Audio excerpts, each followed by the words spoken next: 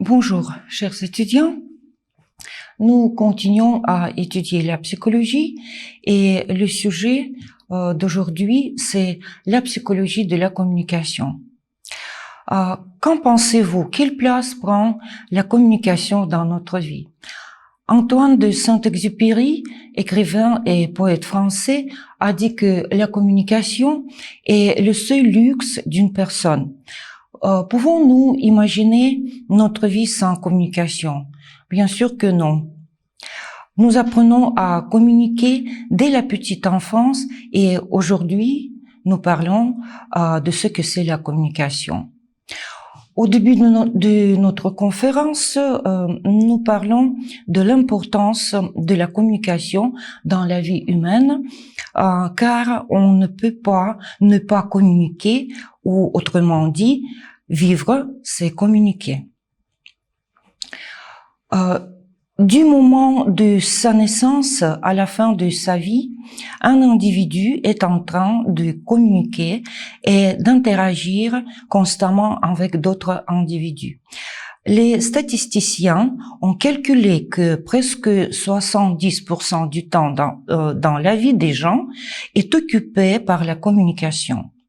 Dans la communication, nous transmettons diverses informations, nous échangeons des connaissances, des opinions, des croyances, déclarons nos buts et nos intérêts. Nous apprenons des compétences et des capacités pratiques ainsi que des principes moraux, des règles d'étiquette et des traditions. Cependant, la communication n'est pas toujours réussie. Nous sommes souvent confrontés à des situations critiques. Quelqu'un ne nous a pas compris, nous n'avons pas compris quelqu'un. Avec quelqu'un, nous avons parlé trop durement, grossièrement, bien que nous ne voulions pas. Il n'y a personne qui n'ait jamais connu de difficultés dans la communication au cours de sa vie. Dans la vie privée, nous avons le droit de choisir ce qui nous aimons communiquer, ce qui nous plaise. Cependant, dans le service, nous sommes obligés parfois de communiquer avec ceux qui ne nous plaisent pas. Dans cette situation, il est très important de pouvoir établir le contact, car le succès de l'activité professionnelle dépend de cette compétence. De nombreuses études de psychologues ont prouvé qu'il existe un lien direct entre la qualité de la communication et de l'efficacité de toute activité, c'est-à-dire presque tout dépend de la capacité à contacter avec les gens. Votre future activité professionnelle en tant que médecin dépend aussi de votre capacité à communiquer, à parvenir à une compréhension mutuelle avec vos patients. Avicenne, le grand médecin et philosophe du Moyen Âge, a parlé de 3 moyens d'aider un malade à propos du couteau, de l'herbe et de la parole, soulignant ainsi l'importance de la parole humaine et de la communication pour guérir un malade. Toute activité n'est possible qu'à la condition d'établir un contact psychologique et une compréhension mutuelle entre les individus. Cependant, il ne faut pas oublier que le succès de la communication n'atteint pas seulement par les connaissances et les techniques. La base de la communication est une attitude sincère et bienveillante envers un individu. Vous voyez le plan de notre cours magistral. Définition, structure de la communication, communication verbale, communication non verbale, aspect interactif, perception interpersonnelle et conclusion. La communication est à la base de l'existence humaine. C'est pourquoi la communication est devenue l'objet d'étude de la psychologie sociale. Dans la littérature psychologique, il existe de nombreuses définitions de la communication. Nous utilisons le concept le plus généralisé. Vous le voyez sur la diapositive. Je vous propose encore des exemples des définitions de la communication. La communication est un processus complexe d'établissement et de développement de contacts entre les personnes, y compris l'échange d'informations, l'interaction unifiée, ainsi que la perception, l'empathie et la compréhension mutuelle. La définition suivante. La communication est l'ensemble des interactions avec autrui qui transmettent quelque information. Il s'agit donc aussi de l'ensemble des moyens et techniques permettant la diffusion d'un message auprès d'une certaine audience. La suivante.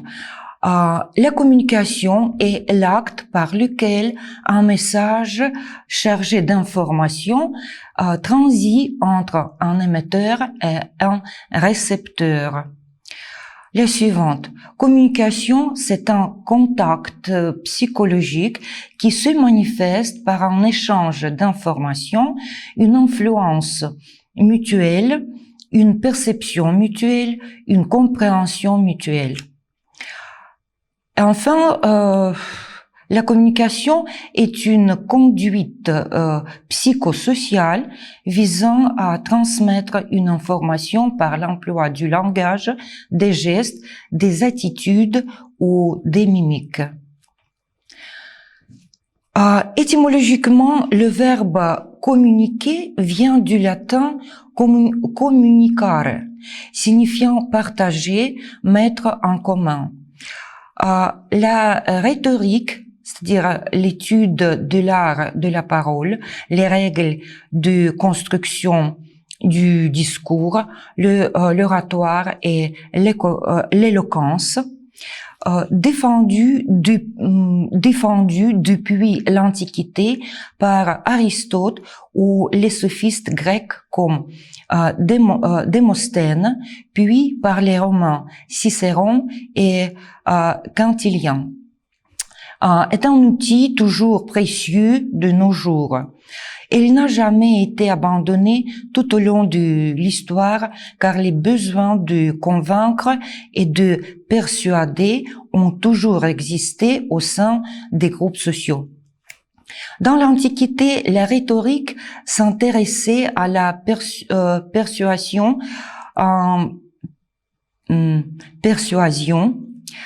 dans des contextes publics et politiques tels que les assemblées et les tribunaux. Les théoriciens de ce rhétorique, Aristote, Cicéron, Quintilien, grec et latin, ont formalisé la discipline tant sur le plan pratique que sur le plan théorique et principalement au sein de la sphère politique ou judiciaire. La rhétorique était ensuite rendue populaire au 5e siècle avant Jésus-Christ par des philosophes connus sous le nom de sophistes, rhéteurs, qui donnaient des cours de rhétorique. Ils ont défini les parties du discours, analysé la poésie, distingué les synonymes, inventé des stratégies d'argumentation. Leur but était avant tout pratique, permettre de comprendre les types de discours et les modes d'expression les plus à même de convaincre leur auditoire et d'accéder aux plus hautes places dans la cité. Les sophistes sont en effet des enseignants réputés qui ont été les premiers à répandre la rhétorique. Euh, L'éloquence comme la raison et la vertu de l'homme, ce sont les mots de Cantilien, philosophe de l'Antiquité. Les modes de communication des individus n'ont cessé d'évoluer au cours de ces dernières années, passant de la communication naturelle, communication verbale et gestuelle, à des interactions virtuelles, email, SMS, Internet, réseaux sociaux. Ces dernières sont privilégiées malheureusement dans nos sociétés contemporaines par rapport à la communication physique et gestuelle.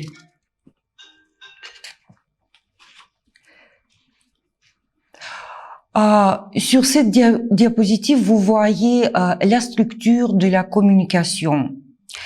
Dans la littérature psychologique, lors de la caractérisation de la structure de la communication, il existe habituellement trois aspects interdépendants. L'aspect communicatif, l'aspect interactif et l'aspect perceptif. L'aspect communicatif consiste en échange de l'information entre les individus qui communiquent. L'aspect interactif consiste non seulement en interaction envers les communicateurs, l'échange des connaissances, des idées, mais aussi en échange des actions. L'aspect perceptif signifie le processus de la perception et de la connaissance des communicateurs l'un par l'autre et l'apparition de la compréhension mutuelle. Par les moyens de la communication, on distingue la communication verbale et la communication non verbale. Le langage est un moyen de communication exclusif de l'homme. Tout refus de langage est une mort. Ce sont les mots de Roland Barthes, philosophe français. La communication verbale transmet de n'importe quelle information par l'intermédiaire du système des signes, c'est-à-dire le langage. Ce système se base sur deux principes, lexical et syntaxique. Ce système de signes qui représente les résultats du travail de pensée est un moyen de communiquer, d'échanger des idées et de la compréhension mutuelle dans la société. Le langage est le moyen universel de la communication car on perd le minimum d'informations en utilisant le langage. Les principales composantes de la communication sont l'émetteur, celui qui transmet un message, et le récepteur, celui qui reçoit le message. Ces interlocuteurs échangent, partagent des informations.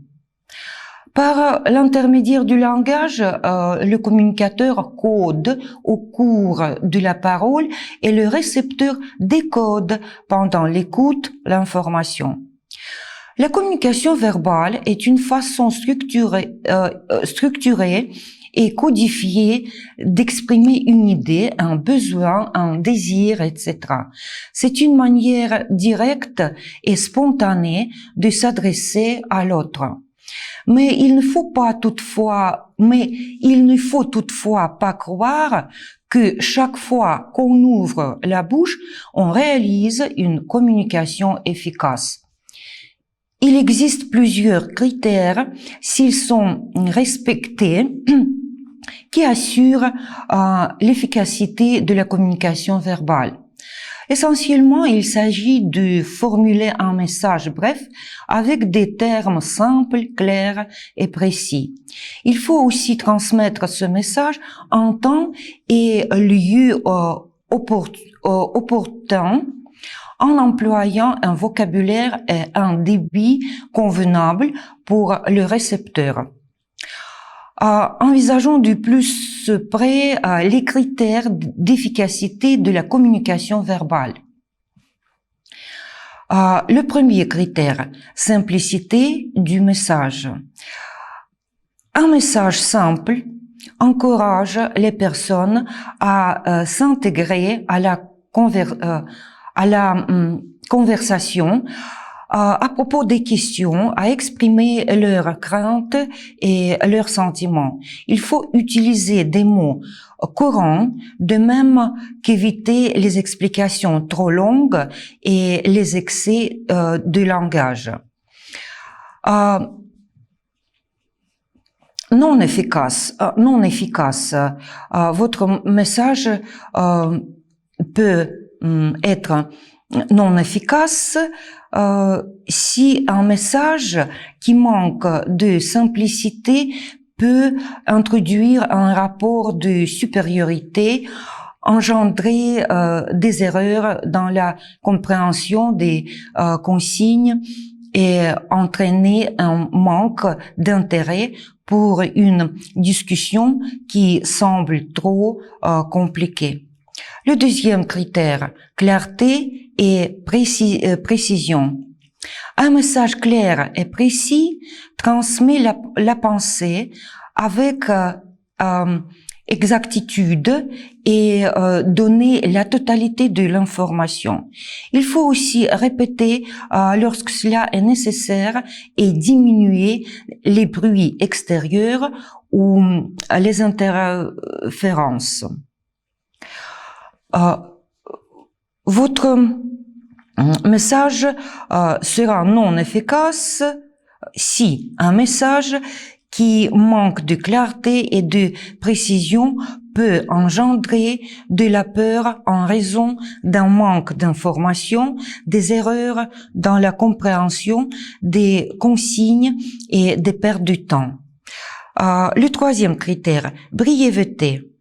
Un message bref consiste à dire un peu de mots l'idée que l'on désire exprimer ou le but que l'on poursuit. Non efficace, un message non efficace. Un message trop long peut provoquer la perte d'intérêt du récepteur ou encore l'incompréhension. Le critère suivant du message efficace. Moment et à propos. Le message doit être émis en temps et lieu convenable. Il doit aussi correspondre aux attentes et aux besoins de l'interlocuteur. Non efficace, un message non efficace. Un message non approprié ne présente aucun intérêt et peut provoquer de l'ennui. Et le dernier critère du message efficace, vocabulaire et débit. Un vocabulaire connu du récepteur, une articulation claire et un débit ni trop rapide ni trop lent contribuent à l'efficacité d'une communication verbale. Non efficace. Un vocabulaire trop technique ou un débit inadéquat peuvent engendrer de l'incompréhension, un manque d'intérêt et par conséquent la non-participation à la conversation. La richesse du vocabulaire n'est pas le facteur le plus déterminant en communication.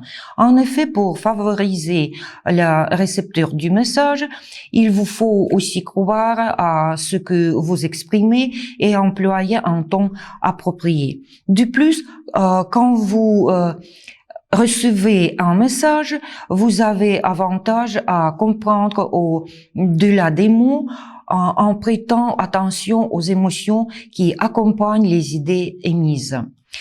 Il existe plusieurs obstacles de la communication. Types d'obstacles à la communication sont logique, sémantique, langue, phonétique, stylistique. La barrière logique. La barrière logique. Chacun des interlocuteurs ne voit le problème que de sa propre position et ne veut pas comprendre le point de vue de l'opposant, n'accepte pas les arguments conditionnels de l'interlocuteur. La barrière sémantique est formée en raison de différences dans les systèmes de signification des mots. Nous parlons ici de l'ambiguïté des mots de toutes les langues, sauf qu'il existe de nombreux termes professionnels spéciaux qu'un non professionnel ne comprendra pas. La barrière de la langue survit lorsque l'un des interlocuteurs ne parle pas couramment la langue dans laquelle la conversation est menée. La barrière phonétique, un obstacle créé lorsque l'un des interlocuteurs prononce de manière incorrecte le stress dans les mots. La barrière stylistique apparaît lorsque l'un ou les interlocuteurs ne prennent pas en compte le type, genre du message et les particularités de la situation de communication.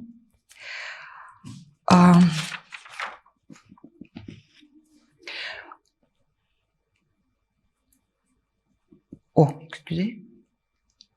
Voilà, communication non verbale. Nous parlons de la communication non verbale qui se base sur les systèmes des signes suivants. Premièrement, optico-cinétique qui comprend des gestes, la mimique, etc. Deuxièmement, para- et extra-linguistique. Troisièmement, l'organisation de l'espace et du temps du processus communicatif.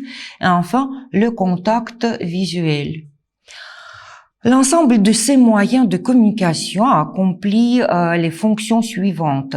Il complète ou remplace le discours, représente l'état émotionnel des interlocuteurs. Le système optico-cinétique et la faculté perçue de la motricité des parties du corps. La motricité générale des parties du corps reflète les réactions émotionnelles de l'individu. Par exemple, les cultures nationales différentes traitent les mêmes gestes de la manière différente. Actuellement, on peut parler une branche à part de la paralinguistique qui étudie la place du système optico-cinétique pendant le processus de la communication. D'après cette étude, un Finlandais gesticule une fois, un Italien 80 fois, un Français 20 fois, un Mexicain 100 fois en 1 heure. Le système paralinguistique. Le système paralinguistique est le système de la vocalisation qui comprend la qualité, l'ampleur, la tonalité de la voix. Le système extralinguistique comprend le système extralinguistique comprend les pauses, les toussotements, le rire, etc. Ils servent à renforcer l'information. L'organisation de l'espace et du temps de la communication est aussi importante. Se trouver en face de son interlocuteur, venir à temps, être en retard. Il s'agit, dans ces exemples, il s'agit de l'organisation de l'espace et du temps. La proxémique est une science qui étudie l'organisation de l'espace et du temps de la communication. Le fondateur de cette science est Edward Hall, dans les années 1950, qui l'appelait la psychologie de l'espace. Il a étudié les premières formes de l'organisation de l'espace communicatif. Il a proposé une méthode de l'évaluation de l'intimité de la communication qui se base sur cette étude. Si on parle des Américains, leur espace intime fait 0,45 cm. L'espace personnel, 45 à 120 cm. L'espace social, c'est bien actuel aujourd'hui, l'espace social est 120, 400 cm. L'espace public, 400, 750 cm. Ainsi, la communication non verbale est l'échange d'informations entre interlocuteurs à l'aide d'expressions faciales, de gestes, de postures, de regards, d'intonations, etc. Le langage non verbal est également appelé langage corporel. Les codes non verbaux complètent l'information et expriment les émotions des interlocuteurs ou remplacent la parole.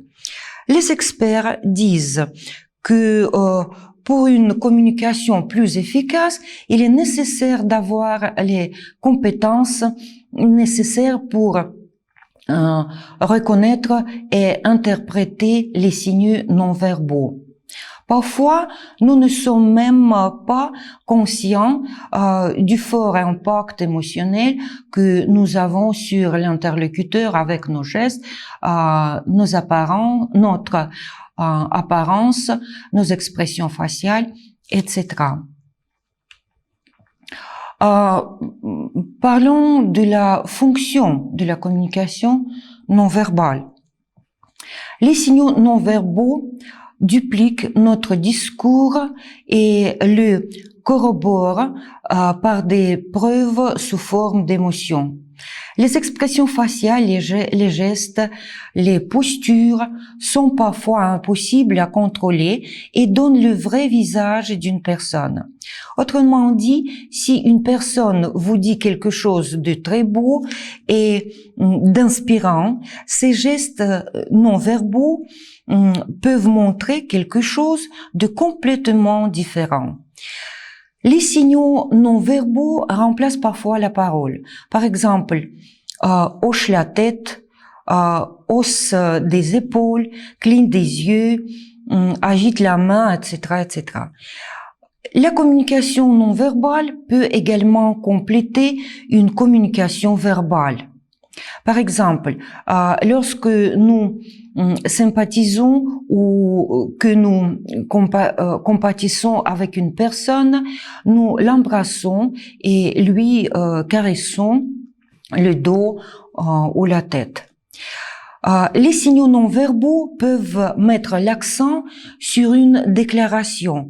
Par exemple, en exprimant votre protestation et votre réticence, en prononçant le mot « non », vous pouvez frapper du poing sur la table. La connaissance des fonctions d'un langage non verbal aidera une personne à maîtriser ses gestes non verbaux et à devenir un interlocuteur agréable. Cela est sans aucun doute important car le langage corporel exprime notre subconscient et que les gens ont davantage confiance que les moyens non verbaux par la parole. En regardant les signes non verbaux, nous verrons ce que la source ne nous a pas dit en mots. Notre corps exprime nos sentiments et nos émotions beaucoup plus rapidement que la parole. Les signaux non verbaux véhiculent un important flux d'informations et simplifie la compréhension entre les interlocuteurs. Les experts identifient les canaux de perception des signes non verbaux suivants. Le conduit auditif, intonation, voix, tempo, timbre, volume, tout, rire, pause, bégaiement, répétition des sons, etc. Le canal visuel, ce sont les expressions faciales, gestes, poses, regards, images, maquillage, âge, race, etc. Canal tactile, il s'agit des touches, poignées de main, bisous, câlins, etc. Canal olfactif, c'est la perception des odeurs. L'interprétation du comportement d'un autre individu se base sur la connaissance des raisons de ce comportement. Mais dans la vie quotidienne, les gens ne peuvent pas toujours deviner les raisons du comportement des autres. Alors, ils prêtent aux autres les raisons du comportement et les caractéristiques. On prête tel ou tel modèle du comportement par l'analogie avec un modèle de l'expérience du sujet et du sujet de la perception ou la base de l'analyse de ses propres motivations du comportement dans une situation analogique. Il y a une branche de la psychologie nommée l'attribution causale qui analyse des processus. Le phénomène de prêter les causes du comportement apparaît dans le cas où le sujet a peu d'informations concernant l'autrui. Prêter, c'est remplacer l'information sur manque. La mesure et le degré de ce phénomène au cours de la perception interpersonnelle dépendent de deux facteurs, le caractère typique ou unique de l'action et l'importance sociale de cette action. Le comportement typique est conforme aux modèles comportementaux. Il est plus facile de l'interpréter. Le comportement unique admet plusieurs interprétations, ce qui permet de prêter des causes et des caractéristiques différentes. De quoi est-ce que je parlais? Voilà. Mais nous parlons de l'attribution causale, qui analyse l'attribution causale. C'est le phénomène de prêter les causes du comportement apparaît dans le cas où le sujet a peu d'informations concernant l'autrui. Prêter, c'est remplacer l'information qui manque. La mesure et le degré de la phénomène au cours de la perception interpersonnelle dépendent de deux facteurs. Le caractère typique ou unique de l'action et l'importance sociale de cette action. Le comportement typique est conforme aux modèles comportementaux. Il est plus facile de l'interpréter. Le comportement unique admet plusieurs interprétations, ce qui permet de prêter des causes et des caractéristiques différentes. Si on parle du deuxième facteur, c'est la même chose. Si l'action est voulue, admissible, correspond aux normes sociales et culturelles, on l'explique facilement. Si ces normes ne sont pas respectées, il y a plus de variation des explications du comportement. Le caractère de l'attribution dépend de la participation du sujet, de la perception dans la situation. George Alexander Kelly distingue 3 types de l'attribution. Le premier type personnel, c'est-à-dire la cause est prêtée à la personne qui agit. Le deuxième type, l'attribution objective, la cause est prêtée à l'objet de l'activité. Et le troisième type de l'attribution, l'attribution circonstancielle, c'est-à-dire la cause est expliquée par les circonstances. D'après les études spéciales, l'observateur parle le plus souvent de l'attribution personnelle des participants de l'activité, tandis que les participants nommés expliquent ce qui se passe par les circonstances. D'habitude, on prête les causes du comportement de la même façon. Les mauvaises actions sont prêtées aux mauvaises gens et vice-versa.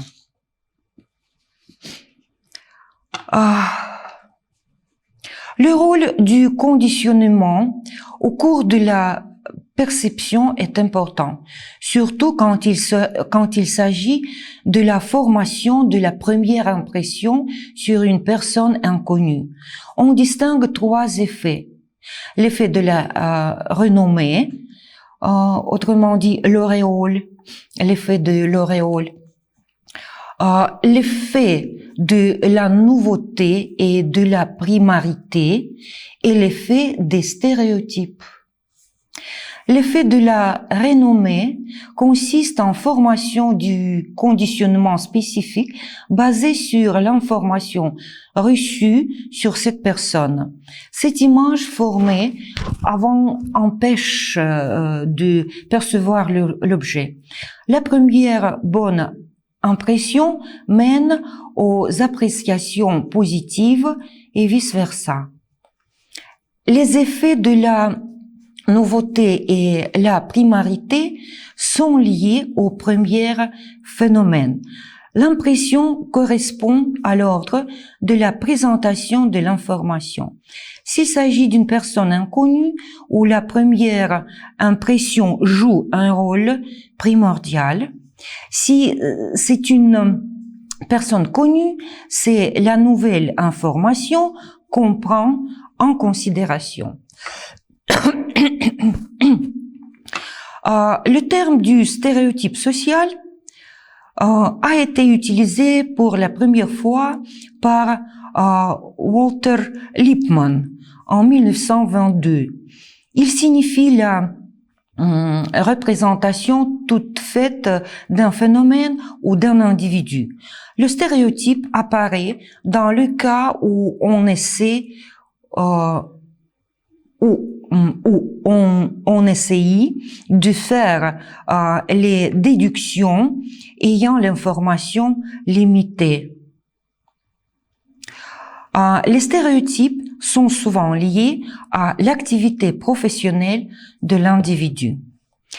Et nous parlons très brièvement de l'attraction mutuelle. La perception mène à la formation des attitudes d'une personne envers l'autre. Les appréciations font naître tout un éventail de sentiments entre l'antipathie et la sympathie.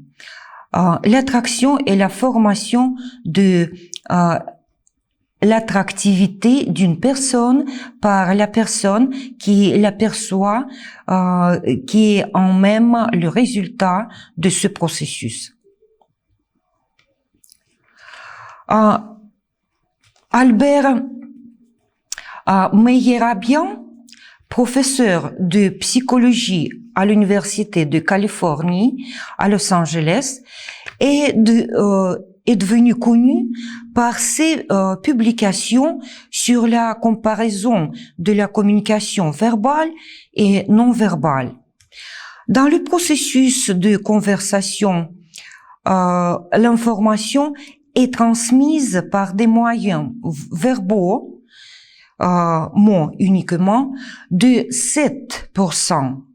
par des moyens sonores, y compris le ton et le rythme de la voix, l'intonation du son, de 38%, et par des moyens non verbaux, y compris les expressions du visage et du langage corporel, de 50 à 5%. On peut distinguer 4 types de la communication d'après la quantité de participants. Vous voyez, la communication intrapersonnelle, c'est la communication d'un individu avec soi-même. La communication interpersonnelle qui met en relation deux individus, la communication de groupe qui met en relation plusieurs individus, et enfin, la communication de masse, c'est la communication d'un individu qui s'adresse à un public nombreux. Ainsi, aujourd'hui, nous avons envisagé la communication qui est l'objet d'étude de la psychologie sociale. Nous avons appris la structure de la communication, les moyens de la communication, c'est-à-dire nous avons parlé de la communication verbale, de la communication non verbale, nous avons étudié les effets de la perception interpersonnelle, etc., etc. Et ainsi, nous avons bien compris que nous ne pouvions pas ne pas communiquer. C'est assez pour le moment, chers étudiants. Merci de m'avoir écouté. Bonne chance. Au revoir.